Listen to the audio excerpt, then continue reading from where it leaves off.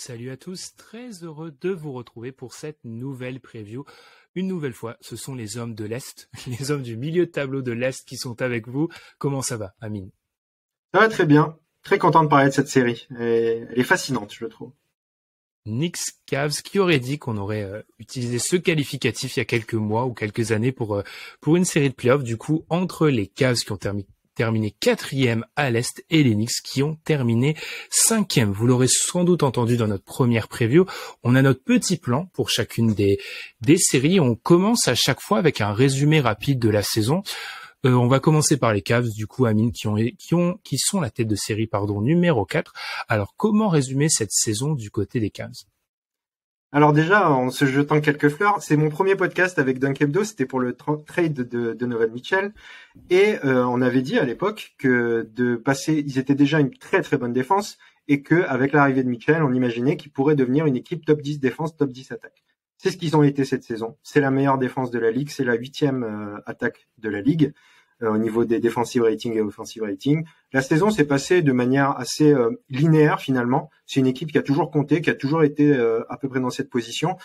On se posait des questions sur le poste d'ailier. On n'est pas totalement rassuré par Isaac Okoro, mais disons qu'il a fait de vrais progrès et qu'il occupe aujourd'hui cette place dans le starting five et qu'il est moins négatif en attaque. Je vais pas dire pas négatif en attaque, mais il l'est beaucoup moins aujourd'hui qu'il ne l'était encore la saison dernière, et qu'on se retrouve avec une équipe aujourd'hui qui a fait une super saison, un super bilan qui jusqu'à jusqu'à 2 semaines avant la fin de la saison, on pouvait imaginer pourquoi pas qu'ils remontent à la 3e place en fonction de contre-performance de Philly ou éventuellement de Boston. Et puis donc ils finissent à leur place en 4e, mais en sérieux candidat pour ces playoffs. Je suis assez d'accord, tu le disais, hein, top 10 attaque, top 10 défense. Il y a que 3 équipes qui sont sur le stade de NBA.com dans cette catégorie-là. Les Sixers dont on a déjà parlé, les Celtics et du coup ces Cavs. C'est vrai que si on regarde notamment le net rating du côté de Clinique de Glace, ils sont numéro 2 derrière Boston. Donc, ils ont un bilan de 51-31, mais ils sont plus proches des 55 victoires que des 45, par exemple, si on doit le dire comme ça. Les Knicks, de l'autre côté, les Knicks, Amine, la 2e attaque, toujours selon Clinique de Glace de la saison régulière, et ça, il fallait le parier avant ce début de saison.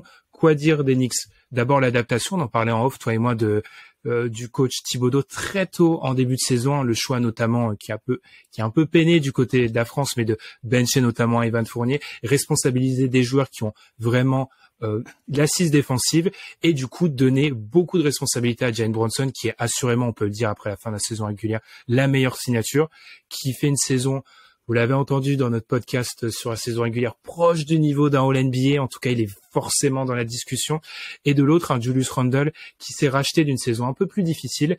Ça donne un duo très fort, des rotations, on va y revenir, très très longues, très très cohérentes.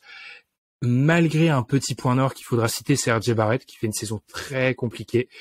Donc, on a une équipe des Knicks qui entame les playoffs pour la 2e fois en 3 ans, mais de manière beaucoup plus sereine que la première fois on les avait vus, parce que dans cette série, on les avait vus face aux Hawks.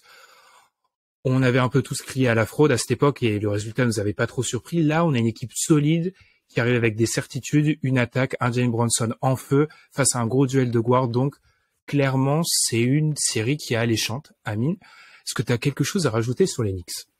Non, t'as tout dit, je pense, donc c'est parfait. Enchaînons du coup, si vous avez, et vous auriez dû l'écouter, si vous avez donc écouté la première preview à propos du Sixers Nets, on va mettre en avant les 3 meilleurs joueurs de cette série, et oh mon Dieu, c'est difficile, Amine, dans celle-ci, c'est super difficile. Par contre, est-ce qu'on est tous les deux d'accord sur le fait que le meilleur joueur à l'entame de cette série, c'est Donovan Mitchell? Oui, sans aucune contestation. Pour moi, je l'ai dit dans le bilan un peu de la saison, on peut considérer, il est un peu loin par rapport aux autres joueurs prétendant à ce titre, mais il fait une saison calibre MVP de Donovan Mitchell. Donc, pour moi, clairement, oui, c'est Donovan Mitchell le meilleur joueur. Ce qui est assez rare pour lui, parce que j'ai été un peu fouillé, Amine, c'est un joueur qui va entamer sa 8e série de playoffs. Et à l'exception de sa série contre Memphis en 2021, c'est la première fois, selon moi, qu'il l'entame en étant le meilleur joueur de la série de manière assez arrêtée. Sachant que cette série contre Memphis, elle est un peu spéciale. Il avait raté toute la fin de la saison régulière. Il rate le match 1. Donc, en fait, c'est vraiment une position assez nouvelle pour lui d'arriver dans une série de playoffs en étant le meilleur joueur. Et on est assez d'accord, ça reste un joueur qui, notamment sur des campagnes de playoffs, avec des petits travers sur lesquels on va revenir, a su être très impressionnant. Ça se complique, Amine, parce que là, on est d'accord qu'il y a 4 candidats, plus ou moins, pour la deuxième place. Exactement. Qui est le deuxième meilleur joueur de cette série, selon toi? Alors, précisons, à l'instant où la série va commencer. À l'instant où la série va commencer, je pense qu'on aura peut-être pas le même, mais je vais mettre Evan Mobley. Ah! Je remets un 15. Je trouve le côté valuable en défense de Evan Mobley beaucoup trop supérieur. C'est-à-dire que j'aurais peut-être même pu hésiter à la première place. C'est-à-dire que aujourd'hui, c'est un joueur qui n'est pas aussi influent que les 3 autres qu'on va citer en attaque, mais qui a déjà fait des beaux progrès cette saison en attaque et qui est un joueur beaucoup plus intéressant. Mais son importance dans la défense, de la meilleure défense de la ligue cette saison Cleveland est capitale. Et son intelligence et l'importance qu'il aura dans cette série, justement, moi, je l'ai placé en deuxième. C'est intéressant parce que moi, je me suis mis dans mes notes, il peut finir deuxième. Je me suis mis ça. C'est-à-dire que je pense qu'il y a un monde dans lequel, au moment où la série se termine, ok, ça a été le deuxième joueur, voire sur certaines séquences, le meilleur joueur. Après, j'ai donné quand même ce titre à Jalen Brunson sur la forme actuelle, sur son importance dans l'attaque des Knicks et puis surtout et j'en parlerai peut-être avec l'autre joueur du côté des Cavs auquel on a forcément pensé, c'est Darius Garland. Statistiquement, je trouve que ce qu'a pu faire Jalen Brunson sur cette saison, sur sa dernière campagne de playoff, notamment face au Jazz de Donovan Mitchell, par exemple, sur de l'ISO de playoff très compliqué, sur des séquences qui sont scalables, pour reprendre les termes de Tom, notamment sur ce genre de séquences-là, je trouve que Brunson a assez prouvé pour, à l'instant, sur une série de playoffs, entrer comme le joueur, selon moi, le deuxième meilleur joueur de cette série, sachant qu'on va y revenir, il aura un match-up peut-être un peu compliqué défensivement face à un joueur notamment qui a bien su le garder, mais je trouve que si jamais ce joueur-là peut être mise en échec, il n'y a pas tant de solutions que ça pour l'arrêter. Donc je pense vraiment que je mettrais bien Brunson deuxième avec la wildcard Mobley. Est-ce que tu as Brunson troisième du coup, oui. Ami? Oui, j'ai Brunson troisième pour toutes les raisons que tu as dit. J'ai en très haute estime en plus Jalen Brunson, sachant que dans l'épisode qu'on a fait récemment, je l'ai dans ma third team All-NBA, moi. Donc vraiment, j'estime qu'il fait une saison exceptionnelle. Et j'aurais pu le mettre deuxième. L'hésitation, elle était vraiment là sur les forces en présence, là, maintenant, tout de suite. Même si évidemment donc les 2 autres joueurs qu'on n'a pas dans nos 3, j'imagine que c'est les mêmes, que c'est Darius Garland et Julius Randle. Voilà. Ouais, Randle, je pense qu'on est sur la même longueur d'onde, c'est l'aspect blessure. La blessure à la cheville, on sait vraisemblablement il sera pas à 100%, donc ça l'élimine, je pense. Et Darius Garland, je vais pas être de mauvaise foi si je remets en question constamment les petits meneurs sur des séquences de playoffs en tapant de manière régulière sur triangle. Darius Garland n'est pas un joueur qui me rassure par essence. Alors, vous allez me dire, c'est extrêmement paradoxal après avoir tressé des louanges pour Mitchell et Brunson, mais j'ai déjà vu des séquences avec Mitchell et Brunson loin d'être scandaleuses sur des séries de playoffs, sachant que Mitchell s'est racheté, je trouve, sur cette saison régulière avec les Cavs. J'ai des grosses inquiétudes sur Darius Garland. Première chose. Deuxième chose, sur du basket de playoff, Amine, où l'ISO est notamment très importante. Parmi les 45 joueurs qui ont joué le plus d'ISO cette saison, Mitchell est 9e au niveau de l'efficacité. Brunson est 10e. Sur les 45 joueurs, Garland est 45e. Donc en fait, au niveau de l'ISO, défense, c'est des éléments trop importants en playoff pour que je le considère dans le top 3, perso. Ouais, on est sur un joueur. En fait, je pense aussi que cette saison n'a pas été, quand on voit la saison qu'il a effectuée la saison dernière, qui était vraiment celle de la révélation, on a vu Darius Garland à son top, on était sur une saison héliocentrée offensivement autour de Darius Garland. Donc c'est pas si facile que ça, une saison après, d'être d'être dans l'équipe justement qui est héliocentrée autour de Donovan Mitchell offensivement, parce que ça a été le cas. Et du coup, je pense que même ses pourcentages, même son utilisation a été, on a joué, mais j'espère Alors, ce que tu as dit sur la défense, ça, de toute manière, la seule solution pour Garland, c'est de réussir à bien le cacher. Je ne vois pas d'autre solution, le plus possible en tout cas. Mais en tout cas, d'un point de vue offensif, j'espère que le jeu en play-off, l'augmentation des minutes, les minutes sans Mitchell, va pouvoir démontrer à quel point il est toujours le joueur qu'on a vu l'année dernière et qui nous a tous éblouis la saison dernière. Effectivement, sur en plus un joueur intelligent, donc sur la longueur je pense clairement que c'est le genre de joueur sur la longueur d'une série qui peut se bonifier face à une défense. Les match-up clés du coup, Amine, quel est ton premier match-up clé? Oula, il y en a beaucoup.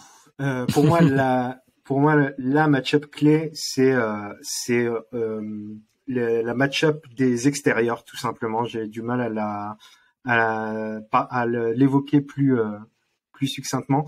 En fait, on a tendance à voir les Cavs plus forts, même si on regarde un peu donc niveau bilan, au niveau defensive rating. Alors ok, les Knicks ont le deuxième offensive rating, mais les Cavs ont un bon offensive rating, ce qui n'est pas le cas du defensive rating des Knicks. On peut se poser ces questions. Néanmoins, les match-up, notamment à l'extérieur, sont très bonnes pour les Knicks. Je m'explique pourquoi. Défensivement, le seul joueur sur les lignes externes qui peut se faire cibler, et encore, ce n'est pas le pire du côté des Knicks, c'est Jalen Brunson. Derrière, en termes de titulaire, Quentin Grimes qui prend beaucoup le point of attack est très solide dans cette situation, et RJ Barrett, justement, quand il ne s'occupe pas du point of attack, ce qui était un problème pour lui, est un joueur plus intéressant justement. Et sans parler du banc, parce que c'est là que les choses vont se gâter, c'est que vont sortir du banc pour défendre les extérieurs Emmanuel Quickley et Josh Hart, deux joueurs très compétents pour s'occuper donc de Donovan Mitchell, Darius Garland, et en sortie de banc Caris LeVert. Donc ok, c'est des joueurs qui sont difficiles à arrêter, c'est de très bons joueurs justement de pick and roll, d'isolation, même si pour Garland on a vu cette saison que c'était un peu moins bien. Un peu plus de questions aussi sur Caris LeVert, mais le problème c'est que la match-up justement, c'est Okoro va être capital de l'autre côté pour s'occuper de Jalen Brunson, parce que c'est ni Donovan Mitchell ni Darius Garland qui va s'en occuper, et que il va devoir jouer beaucoup de minutes. Et sur le banc des Cavs, on pourrait compter aussi sur Rubio qui est un défenseur intelligent, on va dire. Mais à côté de ça, pour s'occuper donc de Jalen Brunson, ça va être plus compliqué. Donc il va falloir un grand Isaac Okoro, et par contre il va falloir aussi des grands Donovan Mitchell et Darius Garland pour éviter les match-up à l'extérieur du côté des Knicks. Effectivement, c'est vrai que il y a un élément intéressant, tu vois, sur ce attaque des Knicks contre défense des Cavs, Amine, c'est que alors les Cavs sont la meilleure défense NBA, mais quand on creuse un peu, ils sont numéro 8 contre les top 10 attaques, et je pense que le point of attack est déterminant dans ça, c'est-à-dire que une fois que Isaac Okoro n'est pas sur le terrain, et on sait qu'il a eu des séquences où il était sur le terrain cette saison, ensuite il a eu des périodes benchées, il est clairement dans l'équipe sur ces dernières semaines, c'est le titulaire. Il y a personne, effectivement. C'est-à-dire que quand Isaac Okoro est absent, le dernier match entre les deux équipes, c'est celui où Brunson prend feu. Ce n'est pas un hasard si c'est le match où Brunson prend feu. C'est que tu n'as personne, tu n'as pas d'alternative à mettre sur le point of attack. Et ça qui m'inquiète, c'est que des minutes très importantes vont être demandées à Isaac Okoro, tout en ayant les questions en attaque, parce que c'est un joueur majeur, parce que il met ses 3 points quand il est ouvert. Il y a notamment ce buzzer beater du côté des Nets depuis quelques semaines, mais clairement, je pense que Thibodeau va le tester. C'est clairement sur le début de la série, met tes tirs ouverts, parce que si Isaac Okoro n'arrive pas à sanctionner ces tirs ouverts-là, très compliqué pour les Cavs. Sachant que Thibodeau, lui, a le matériel à envoyer à la fois sur Garland et Mitchell, mais aussi sur Okoro en même temps si besoin. Donc effectivement, moi j'imagine bien, alors peut-être que je me trompe, mais j'imagine bien des fins de match où Quickley ou Hart vont jouer justement et harceler justement un Okoro en même temps qu'ils harcèleront un Mitchell ou un Garland. Et puis de l'autre côté, comme on disait, le problème aussi est de l'autre côté, c'est-à-dire que Garland dans cette situation, il va devoir tenir son ailier aussi. Et ça sera pas si évident que ça. Hein. C'est là hein, le mal pour un bien, c'est qu'il n'y a pas d'ailier dominant de l'autre côté. Parce que c'est clairement leur némésis. Hein. Il y a un ailier dominant qui face aux Cavs, ça risque d'être compliqué pour eux. Mais c'est pour ça que j'imagine peut-être. Alors, c'est pas des ailiers dominants du tout, mais par rapport à ce qu'on a vu un peu d'RJ Barrett justement, qui peine à confirmer ce qu'on pensait pouvoir espérer de lui. J'imagine bien des fins de match avec soit Quickley, soit Josh Hart justement, qui de par pas leur dominance, mais leur dangerosité, notamment sur du catch, vont devoir occuper très sérieusement Darius Garland ou Donovan Mitchell. Si on enchaîne, Amine, moi j'ai aussi cet aspect rebond offensif. En tout cas, on va dire les piliers sur lesquels se sont accrochés ou s'est bâti la saison des Knicks m'inquiète un peu sur du basket de playoff. C'est une équipe notamment qui s'est beaucoup appuyée sur le rebond offensif. Deuxième équipe au rebond offensif de la NBA en pourcentage cette saison. Surprise, les Rockets étaient premiers. Alors ça, c'est la stat la plus improbable de la NBA. En tout cas, c'est une équipe qui s'est beaucoup appuyée là-dessus. Les Cavs étaient 20e dans cette catégorie. Les Cavs sont une équipe qui n'excelle pas au rebond défensif, notamment. Mais je commence à avoir beaucoup de previews. Alors, je pars comme un vieux briscard. Je commence à avoir beaucoup de previews dans ma besace. Typiquement, c'est pas des stats qui se conservent sur du basket de playoff parce que tout simplement les équipes box out. Quand tu es sur du basket de playoff, des matchs coup près, tu box out et ça m'inquiète un peu de savoir que l'attaque des Knicks se base énormément sur cet aspect-là et sur le fait de ne pas perdre la balle. Parce que de un, la défense des Cavs peut créer des turnovers, ils sont numéro 3 NBA, et de l'autre, c'est vraiment, encore une fois, j'avais utilisé le même adjectif, c'est précaire, je trouve, un peu comme avec les Nets, c'est assez précaire comme schéma offensif. Je suis tout à fait d'accord. J'avais ça aussi, justement, surtout que dans l'idée, on est face à une équipe qui n'excelle pas au rebond défensif quand tu parles des Cavs, justement, mais c'est pas une équipe qui a un vrai problème là-dessus. C'est-à-dire que c'est plus ce qui s'est passé sur la saison. Ils n'ont pas un problème de taille, par exemple. Justement, on est sur une équipe qui joue avec deux très grands. Et en play-off, justement, comme tu l'as dit, avec le box-out, ça risque d'être compliqué d'attraper autant de rebonds offensifs. Sachant qu'en plus, ils pourront compter principalement sur Mitchell Robinson, sachant qu'on pense justement que Julius Randle sera pas là au début de la série.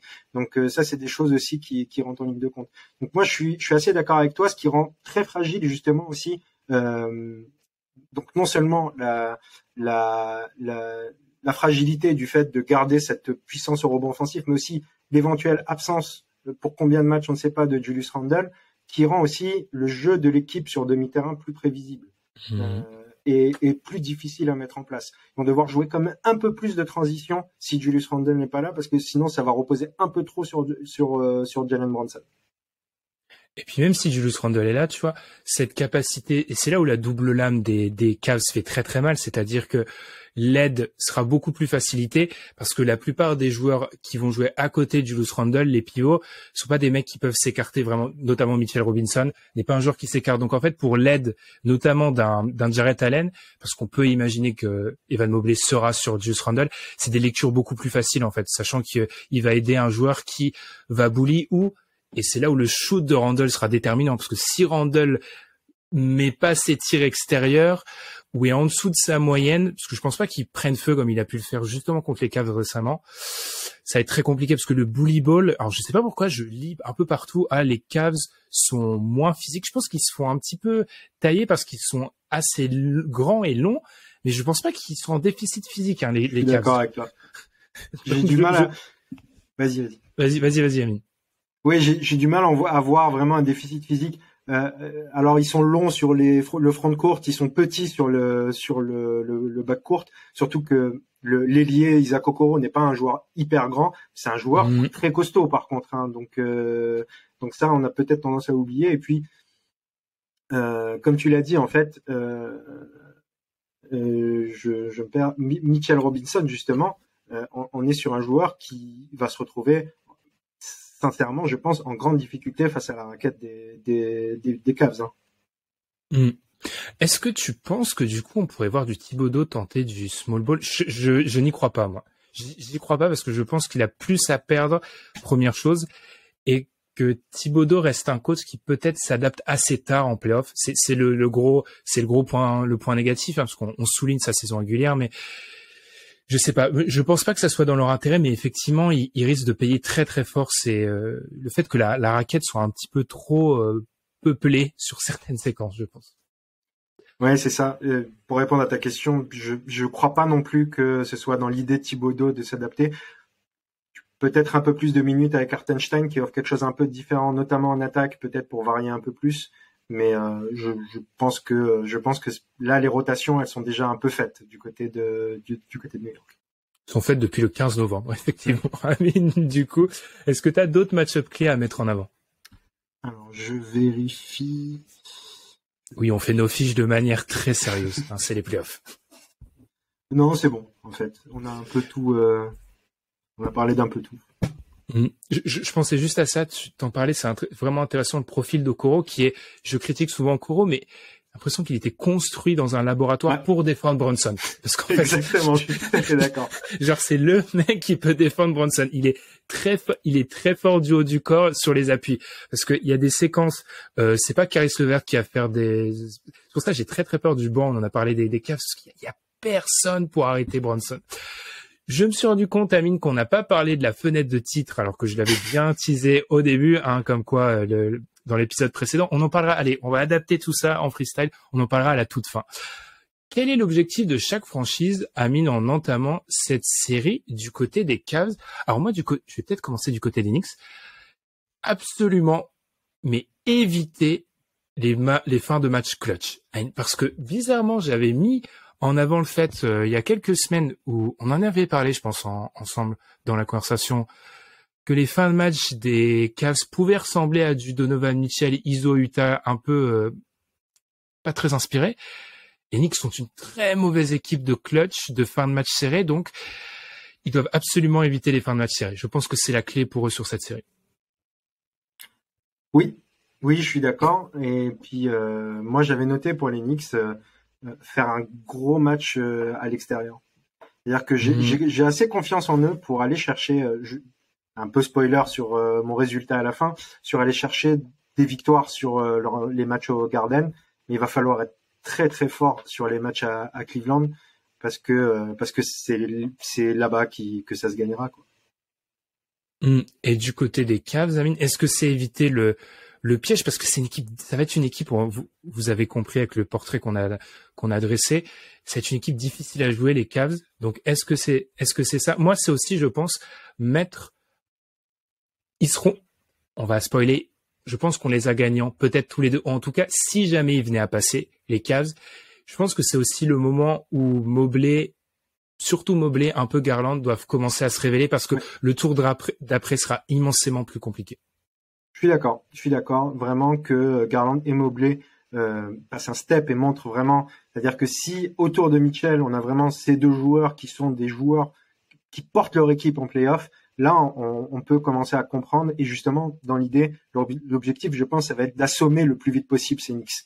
C'est-à-dire que ne surtout pas leur laisser croire. Alors, ça sera très serré, mais essayez de ne pas leur laisser croire que c'est possible de les passer. Essayez de montrer sa supériorité du côté de Cleveland. Et effectivement, vu ton choix de deuxième meilleur joueur de la série, on peut deviner que tu penses que Mobley va franchir ce step. Alors pour le résultat final du coup, Amine, qu'est-ce qu'on donne? La dernière fois qu'on était ensemble, c'était pour le Nets Sixers, je l'avais commencé, je te laisse commencer pour celui-ci. Moi, j'ai Cavs en 7. J'ai Cavs en 7 et j'imagine pas forcément justement des matchs serrés. Je pense que j'imagine bien une série où c'est un peu chacun son tour. Où quand justement on a parlé beaucoup des match-ups, quand les match-ups tournent du côté de New York, ça prend les matchs vraiment du côté de New York. Et pareil du côté de Cleveland, quand Okoro est dans un bon soir et stop Brunson, ça prend les matchs du côté de Cleveland. Voilà.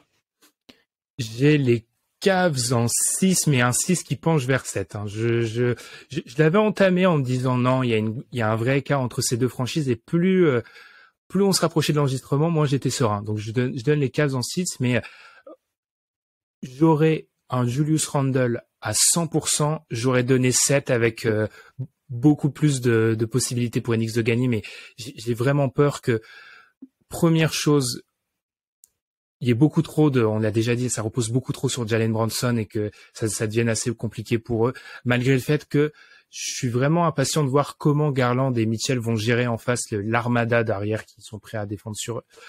Alors Amine, du coup, c'était pas censé être à ce moment-là, mais on va le faire maintenant. Du coup, la fenêtre de titre, donc on vous invite encore une fois à aller écouter cet épisode de l'été dernier sur la fenêtre de titre. Est-ce qu'elle est ouverte pour Cleveland, Amine?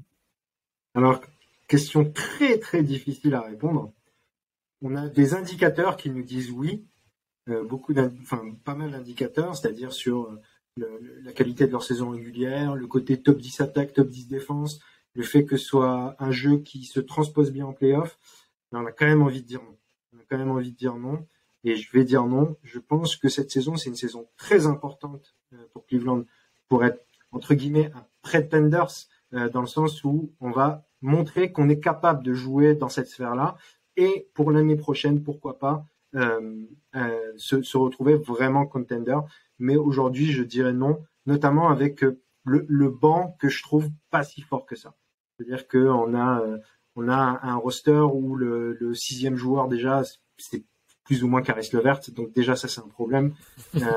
Et à l'aile, on a des joueurs intéressants comme on sait que Osman a beaucoup joué cette saison, mais on a Dean Wade, on a Lamar Stevens, mais c'est pas un roster qui transpire le gros run pour aller gagner un titre. L'aspect, il y a plusieurs aspects qui sont selon moi rédhibitoires. D'abord, le 5e titulaire en fait, qui a été la question depuis le début de la saison. Isaac Okoro fait, je mets de l'eau dans mon vin. Isaac Okoro fait une bonne fin de saison, mais ça reste à ses limites. Et puis autant, et tu l'as dit, il y a certains indicateurs qui vont dans leur sens, il y en a d'autres. Quand on avait un peu esquissé les profils qui se dégagent, ils étaient pas assez dominants. Très souvent, on a des équipes qui vont au titre, qui ont été dominantes la saison précédente. Ils n'ont pas été assez dominants. Parfois, on a ce profil d'équipe où un joueur majeur est arrivé, mais Donovan Mitchell est un joueur majeur, mais c'est pas Kevin Durant, par exemple. Il révolutionne pas la carte d'une conférence à lui tout seul. Donc, ils sont un cran en dessous, en fait. Ils font partie des équipes qui n'y sont pas encore, selon moi, effectivement. Je pense qu'on est d'accord aussi. Alors les fans des Knicks, historiquement, qui pensent qu'on a une dent contre eux, ce n'est pas le cas. Mais on est d'accord que la question se pose encore moins pour les Knicks qui manquent de puissance de feu, en fait, tout simplement. Manque de puissance de feu, moi j'ai envie de dire, c'est le rôle de RJ Barrett, quoi. C'est un peu le rôle central, c'est cet ailier qui serait... En fait, le problème, c'est que j'ai l'impression qu'ils ont de très bons deuxième et troisième meilleurs joueurs d'équipe. Il manque de la superstar, quoi. Et ce serait peut-être à ce poste qu'il faudrait aller chercher. C'est vrai que si tu entames ces playoffs avec Brunson deuxième option, Randle troisième option et un mec du DH20 top 10 en premier, tu es contender, je pense. Un genre. Oui. J'ai pas forcément tout en haut du DH20. Hein. Je pense que avec Jimmy Butler, par exemple, avec Jimmy Butler au poste 3, on peut imaginer qu'ils sont peut-être contenders. Ils seraient beaucoup plus proches. C'est vrai qu'il leur manque vraiment cette puissance de feu qui risque pas de se voir maintenant, mais si jamais les Knicks venaient à passer un tour, va vraiment être mise en avant sur la série d'après. Très bien, Amine. Eh bien, on en a terminé pour cette deuxième preview qu'on a réalisée ensemble. Donc, pas de surprise pour l'instant. On a donné la tête de série numéro 3, donc les Sixers vainqueurs. On a donné la tête de série numéro 4, les Cavs vainqueurs. Ils ne se joueront pas, à moins qu'ils réalisent tous les deux un 9-7 au tour d'après. On ne sait pas encore. En tout cas, on vous remercie de nous avoir écoutés pour cette preview, cette deuxième preview à l'Est. On vous rappelle de nous suivre sur Twitter, mais aussi sur vos plateformes de streaming, d'écoute de podcasts préférés, et également sur YouTube.